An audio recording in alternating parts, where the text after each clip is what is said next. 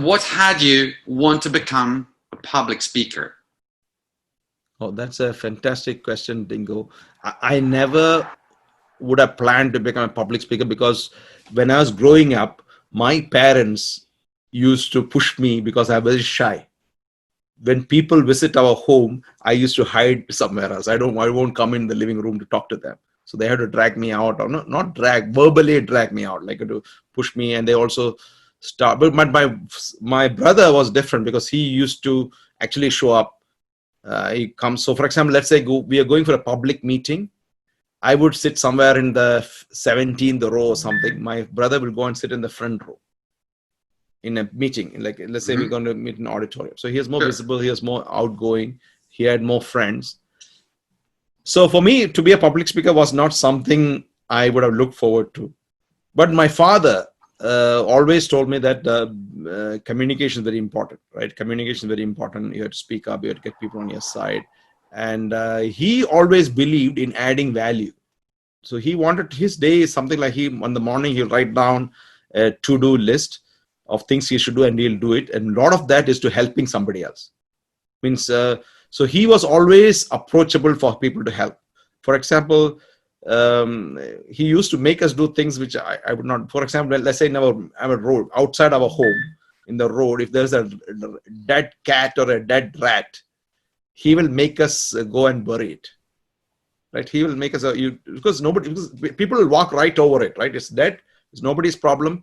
People will walk right over it, but he will ask us come take it out, and he will make us do it. Right? So I have that. And there's something going wrong in the neighborhood. He is the one who will take the initiative.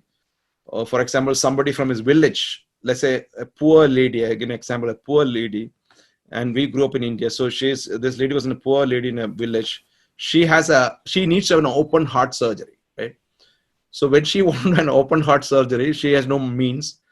And she calls my father, who is in a city, through some connection. So because his personal brand was, you call him, he'll find a solution for you. His personal brand has always been. So she calls him, and my father spends time to write a letter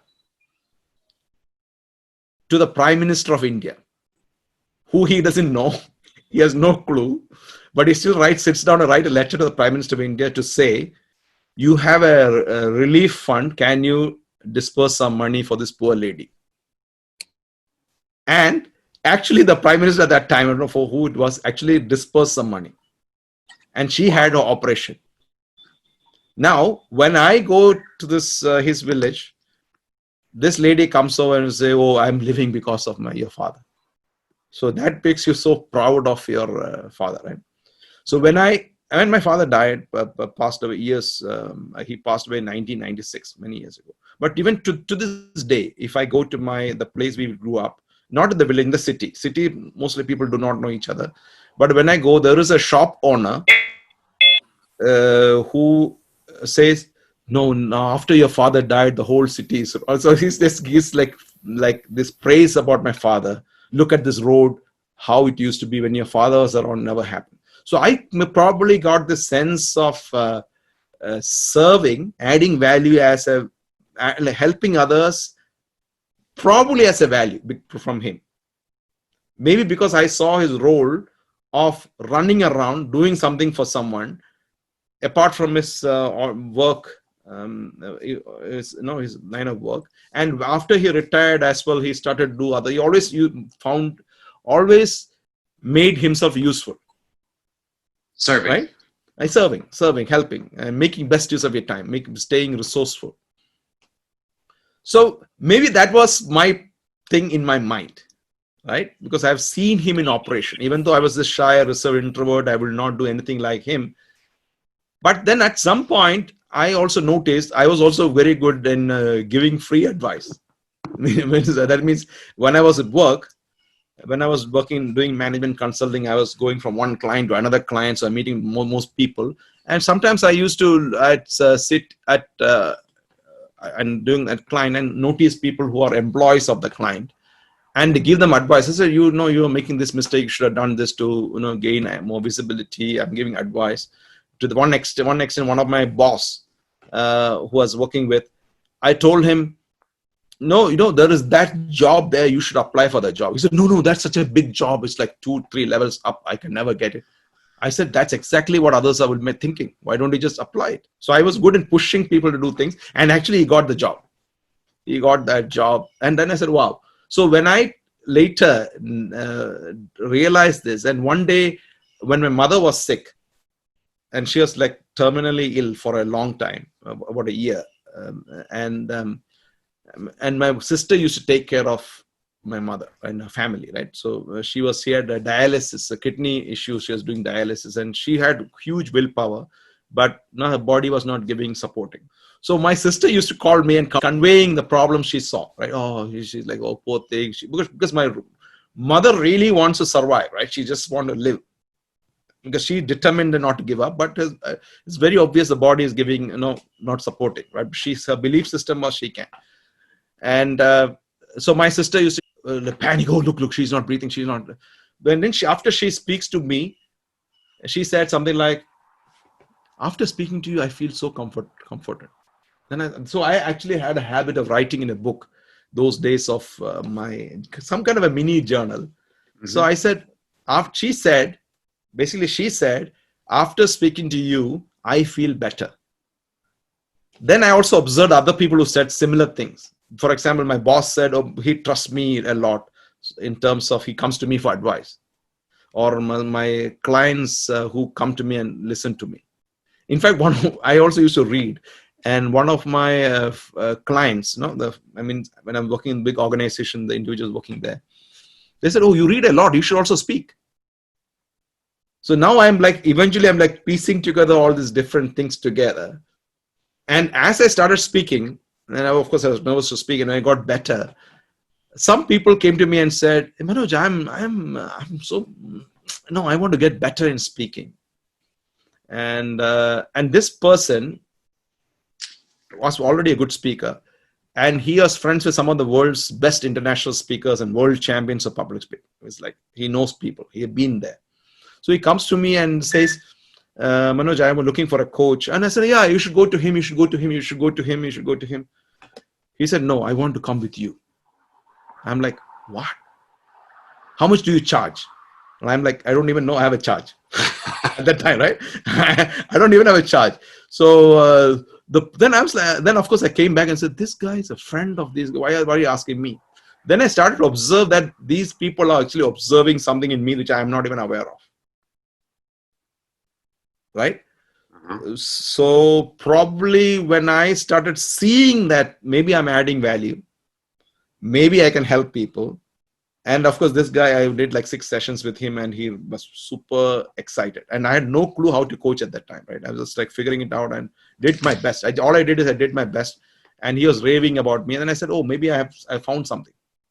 So it was not about confidence. It was not about speaking. I thought, okay, coaching. And I could see people changing.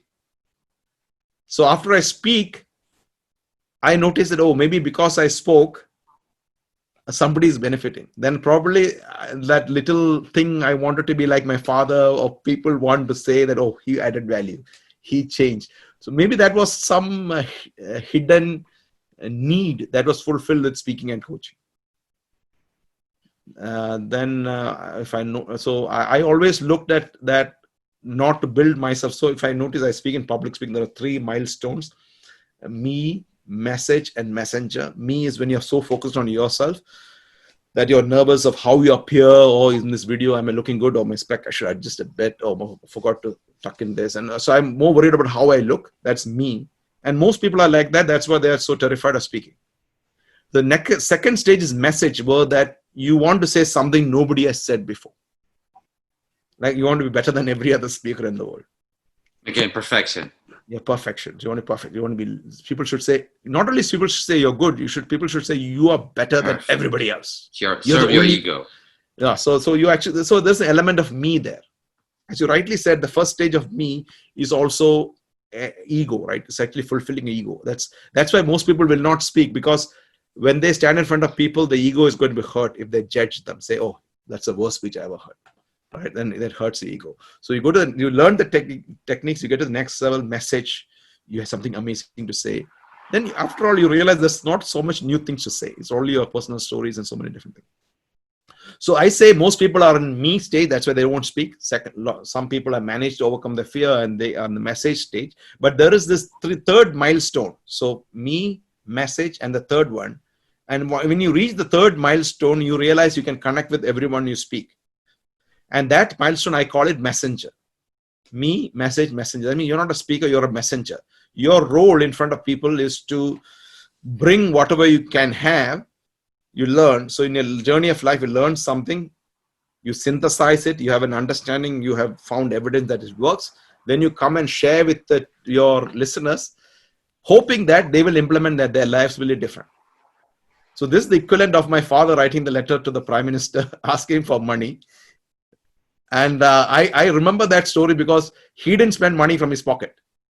He actually used his skills, whatever he had, which was writing, and a piece of paper, and an idea that probably this is the person who can help. And he put his heart and soul into putting that effort to write the letter, and that eventually found this. Then later, when I went to his village many times, there are a lot of stories of what he has done to this village. So, for example, he travels his village and realizes there's a shortcut. If only the government will build a bridge over a river, everybody can save so many hours. So one day I was traveling in a bus in that route, and somebody said, this bridge was built by your father's initiative, because he ran out. It's a huge bureaucracy. Somebody has to run around people to push people to get things done. So I feel like, wow, awesome, right? So eventually I realized it's probably as part of me wanting to add value. And I also, after I became a coach, and you will realize, Dinko, is when you meet coaches, they always are happy when they see their clients transform.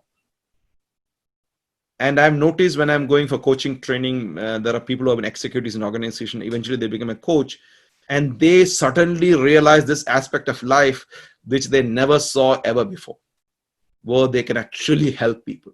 So what I also noticed is that when you help people, that's a good exercise for your soul. The easiest way to be happy is to help somebody being happy. Yeah, that's a good one. Actually, I have a line which I heard: the best exercise of the heart is to bend down and lift someone up.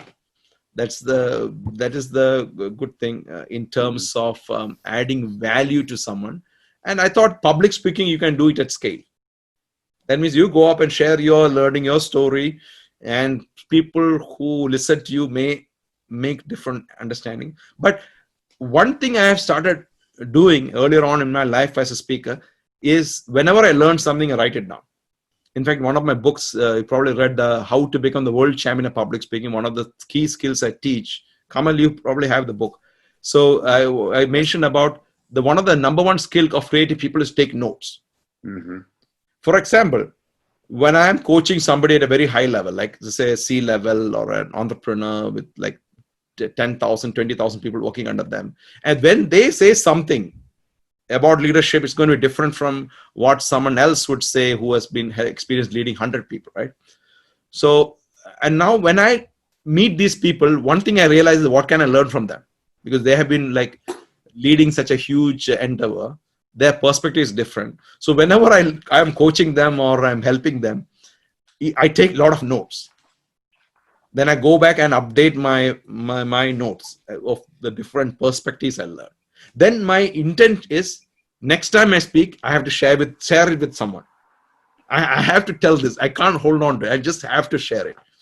Of course, I maintain confidentiality and things like that. I will never mention my client names, as you can say. I never mention my names of people who I coach. But the point is that helps me with two things I notice. I have a earning, like I have a desire to learn more, which is again a value, hidden value. I realize learning is a value. That means I have to keep on learning, lifelong learning. Then I have to share, right? I'm not saying, and then these two things comes together in public speaking, because if you have to speak, you have to learn, and when you speak, you're sharing, and the better you share, the more value you add, more people want to hear from you. So I thought all these three things come together. In terms of finding a value, if to my case, it's the value of learning value, of sharing value, of making myself useful. I hope I answered your question, Dinko. Totally. More than what I hoped. Absolutely. It was not a one or two liners, but it was very well structured. You told me a lot. It was about values. It was about your father being your role model, your inspiration, and the one who give you the imprint for who you are today, and your mama as well. So it's really amazing. Thank you. Okay, thank you. Thank you. Actually, I have a speech on my father on the YouTube. It's called the Teak Tree. I need to check out a little bit. I need to make time just to sit down and to listen to the whole. Thanks for the question. I'm happy to serve you.